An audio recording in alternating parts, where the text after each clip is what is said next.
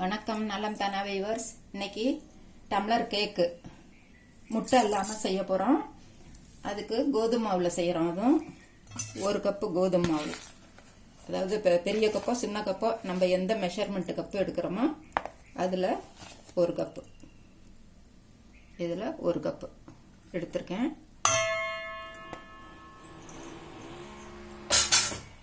சர்க்கரை 1/2 கப்பு, சர்க்கரை இது தூள் பண்ணி வச்சுருக்கேன்.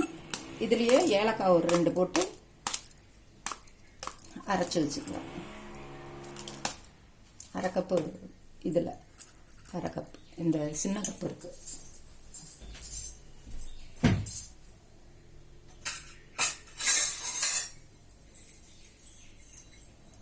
இதோட ஆஃப் இது, அதனால் இதில்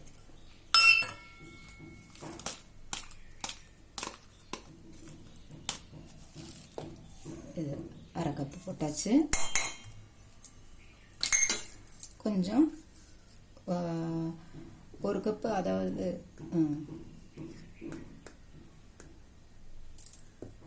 ஒரு 1/4 ஸ்பூன் அளவு பேக்கிங் சோடா இதில் போட்டுக்கணும். 1/4 ஸ்பூன் அளவு போட்டிருக்கேன்.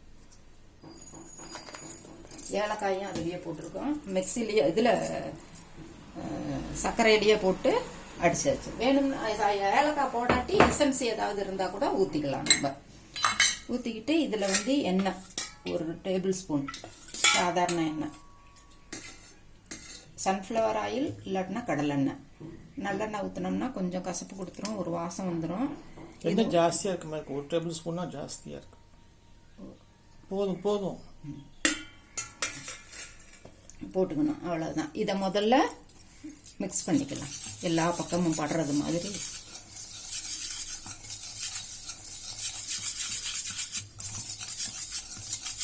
இது கலக்கையிலேயே குக்கரை ப்ரீ ஹீட் பண்ணிக்கலாம். அதுக்குள்ள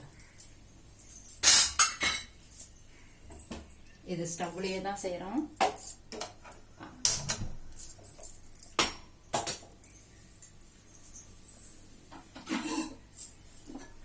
பேன் வச்சிருக்கிறவங்க பேனையும் வச்சுக்கலாம்.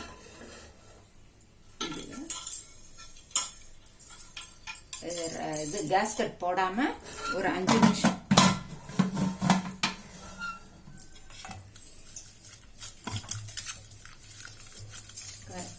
நம்ம அதுக்குள்ள இதை ரெடி பண்ணிடலாம்.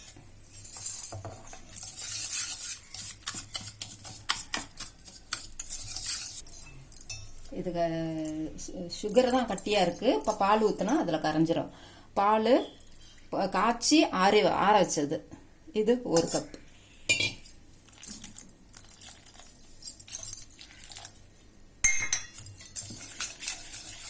இப்போ நல்லா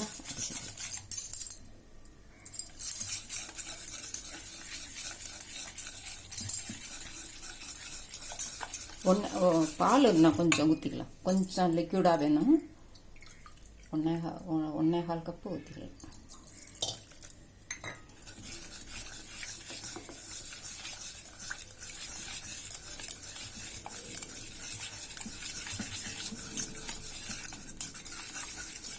நல்லா கொஞ்சம் கூட கட்டி இல்லாமல் அடிச்சு.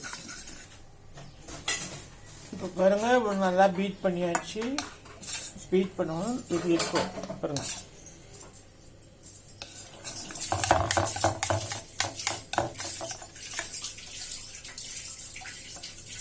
இப்போ இந்த கிளாஸுங்களுக்கு எல்லாத்துக்கும் தாராளமாக நிறைய எண்ணெய் ஊற்றி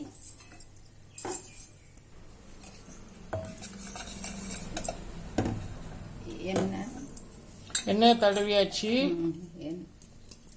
எல்லா 4 கிளாஸ்லயும் எண்ணெய் தடவி இருக்குது.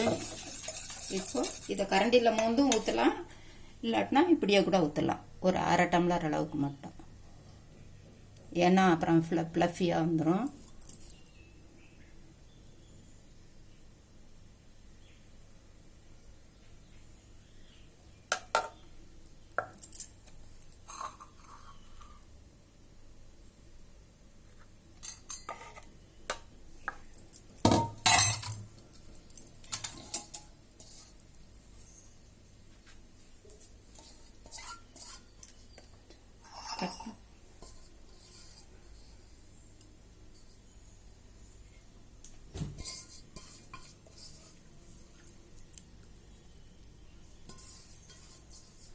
இது மேலே வந்து ஒரு முந்திரி பருப்பு அதில் தெரியுதான்னு பார்த்துக்கோ.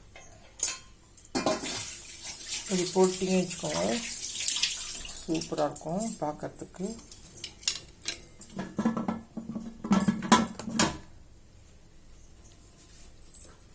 நம்ம இதை வந்து ப்ரீ ஹீட் பண்ணி வச்சுருக்கோம்.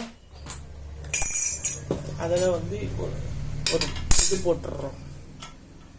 போட்டுட்டு இந்த மாதிரி வச்சுட்டு இப்போ இதில் வந்து நம்ம கிளாஸை வச்சிடுறோம்.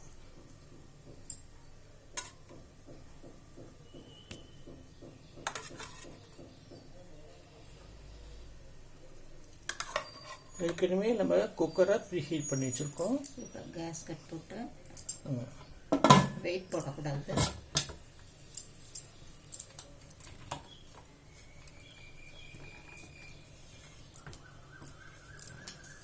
எடுத்துட்டு போடும்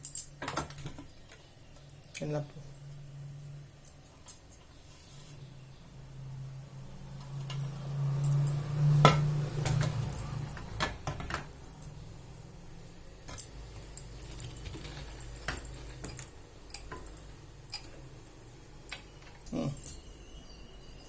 இப்போ உள்ள வச்சு நல்லா கேஸ்கட் மட்டும் போட்டு வெயிட் போடாமல் 30 மினிட்ஸ் சிம்மில் வச்சு இருக்கணும். அப்புறம் எடுத்துட்டு அப்புறம் பார்க்கலாம். இன்னும் ஒரு 1/2 அன் ஹவர் கழிச்சு.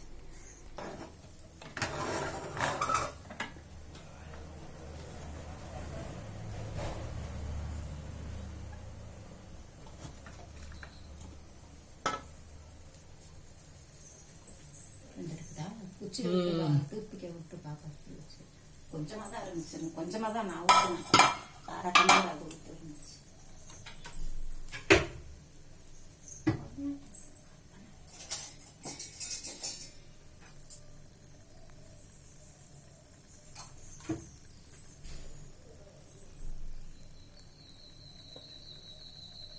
ஒட்டாமல் வந்துருக்கு.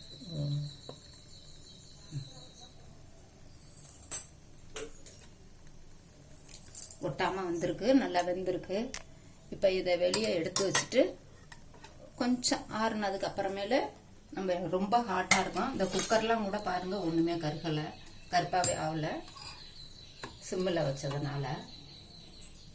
கொஞ்சம் எடுத்து கீழே வச்சுட்டு தட்டு சூடு வேற இருக்கும்.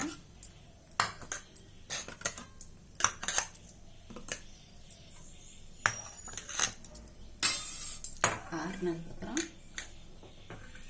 லேசாக ஓரத்தில் ஒரு கத்தி மாதிரி மெலிசாக இருக்கிறத கிளறி விட்டு அப்படியே கமுத்து வச்சு 2 தட்டு தட்டினோம்னா வந்துடும்.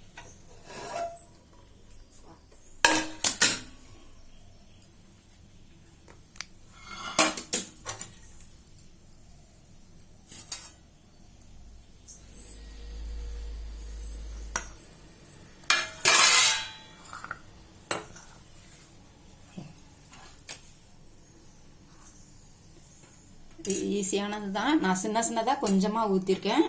நல்லா ஆஃப் ஊற்றினோம்னா நல்லா ஃபுல்லாக வந்துடும். டம்ளரை பொறுத்த சைஸும் இருக்குது வேற. நான் கொஞ்சம் பெரிய டம்ளரும் எடுத்துட்டேன். நீங்களும் செஞ்சு பார்த்துட்டு ஃபீட்பேக் சொல்லுங்கள். ரொம்ப ஈஸியானது தான், கஷ்டமானதெல்லாம் இல்லை. இதுலேயே நம்ம ஃப்ளேவர் என்ன வேணுமாலும் சேர்த்துக்கலாம். நீங்களும் செஞ்சு பார்த்துட்டு என்ஜாய் பண்ணுங்கள். நலம் தானா சேனலுக்கு சப்ஸ்கிரைப் பண்ணுங்கள். பெல் பட்டனை ப்ரெஸ் பண்ணுங்கள். வேற ஒரு ரெசிபி பார்க்கலாம் அடுத்தது. தேங்க்யூ.